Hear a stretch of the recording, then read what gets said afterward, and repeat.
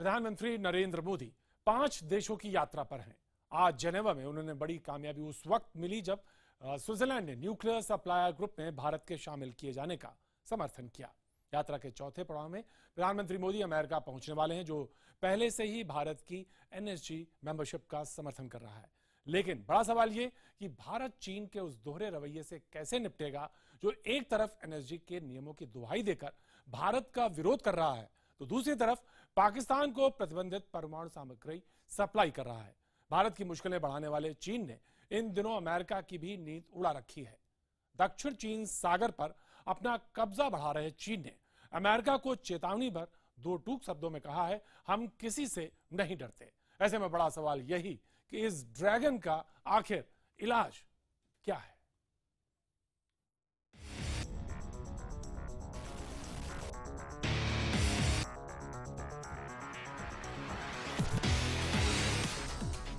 दुनिया के 2 सबसे ताकतवर देश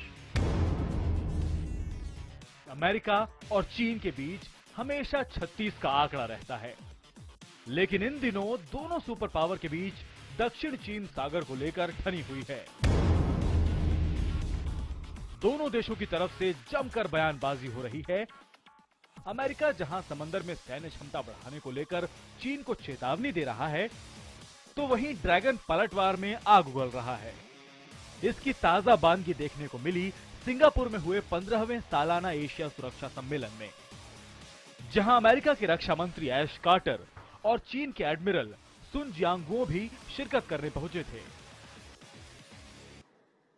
Indeed, in the South China Sea, China has taken some expansive and unprecedented actions that have generated concerns about China's strategic intentions. As a result, China's actions in the South China Sea are isolating it at a time when the entire region is coming together and networking.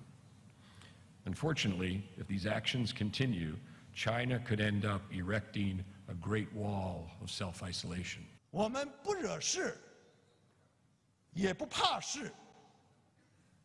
中国不会吞下苦果、恶果。 不会允许自己的主权和安全利益受到侵犯，不会坐视少数国家将南海搞乱。 दूसरे देशों को निगलने की नीयत रखने वाला dragon दक्षिण चीन सागर पर कब्जे के लिए समुद्र की बालू निकालकर वहां नकली टापुओं की फौज बना रहा है। पेंटागन की रिपोर्ट बताती है कि अब तक 3200 एकड़ समुद्र पर चीन नकली टापू बनाकर अपने एयरबेस और अड्डे बना रहा है। स्प्राटले और पार्सल द्वीप इसमें शामिल हैं। ऐसे में ड्रैगन को काबू करने के लिए अमेरिका जहां एक तरफ समंदर में उसकी कड़ी जासूसी कर रहा है, तो दूसरी तरफ उस पर चौतरफा दबाव डालने की कोशिश भी कर रहा है। अमेरिका के विदेश मंत्री जॉन कैरी ने हाल ही में मंगोलिया यात्रा के दौरान चीन को चेतावनी देते हुए कहा था, अगर उसने दक्षिणी चीन सागर में किसी भी प्रकार के हवाई सुरक्षा क्षेत्र बनाए तो उसके इस कदम को भड़काऊ और अस्थिरता लाने वाला माना जाएगा।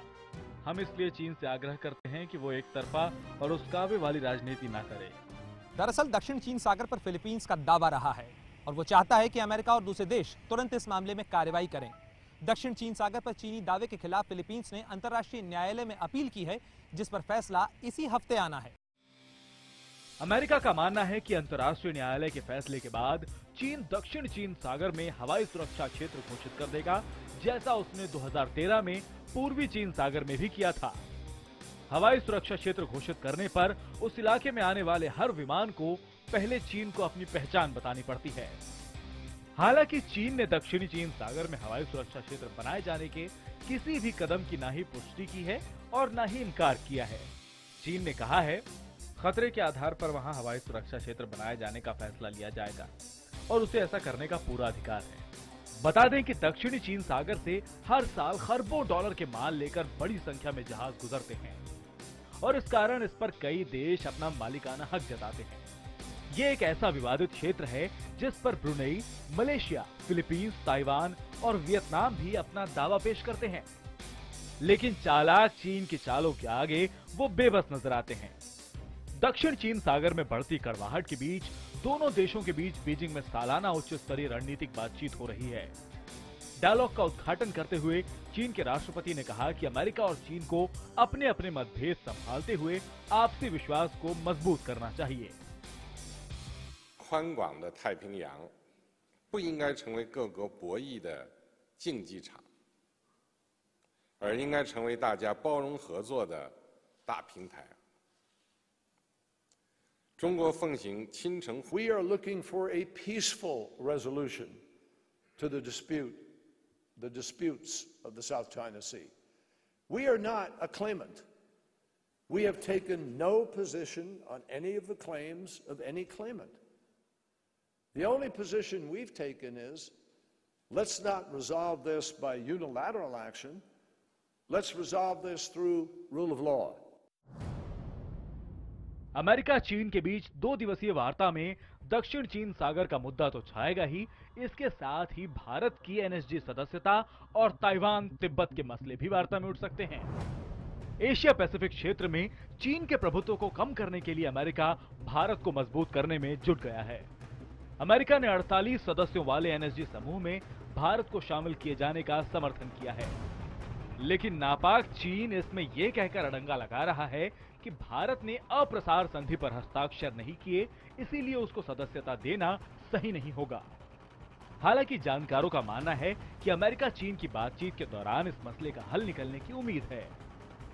ये बैठक इसीलिए और अहम है क्योंकि 9 जून को वियना में और फिर 24 जून को सियोल में एनएसजी की बैठक होनी है।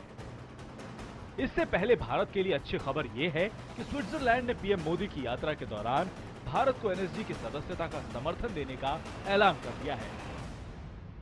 I am thankful to the President for Switzerland's understanding and support for India's membership of the Nuclear Suppliers Group. Switzerland के बाद पीएम मोदी की 5 देशों की यात्रा का अगला पड़ाव अमेरिका है। पीएम बनने के बाद मोदी 7वीं बार राष्ट्रपति बराक ओबामा से मुलाकात करेंगे। इस दौरान पीएम मोदी की कोशिश होगी वो एनएसजी सदस्यता में रोड़ा बन रहे चीन के विरोध को अमेरिका की मदद से दरकिनार कर सकें। अगर हिंदुस्तान को इसकी सदस्यता मिल जाती है तो बहुत बड़े पैमाने पर हिंदुस्तान को जो न्यूक्लियर मटेरियल है, हमारे देश में 30 न्यूक्लियर पावर प्लांट इस समय हैं, 10 अंडर कंस्ट्रक्शन है और 20 और बनने जा रहे हैं। इनको ऑपरेशनलाइज करने के लिए हमको न्यूक्लियर फ्यूल की आवश्यकता है। वो ये सप्लायर को कंट्रोल करते हैं 48 देश, तो आसानी से मिल सकेगा। अमेरिका भी चाहता है कि चीन की समुद्री ताकत को काबू में करने के लिए भारत की मदद ली जाए। अमेरिका की कोशिश है कि संयुक्त सैन्य अभ्यास की तरह दोनों देशों की नौसेनाएं समंदर में भी अपनी ताकत एक साथ दिखाएं, ताकि हिंद महासागर में चीन की गतिविधियों पर नजर रखी जा सके। भारत भी समुद्र में चीन की हरकतों का विरोध करता रहा है। इसके लिए उसने पिछले महीने ही 4 युद्धपोत तैनात किए हैं। लेकिन भारत ये भी ध्यान रख रहा है कि उसके शक्तिशाली चीन के साथ संबंध ना खराब हों, क्योंकि चीन उसका पड़ोसी ही नहीं बल्कि अहम बिजनेस पार्टनर भी है। Bureau report IBN 7।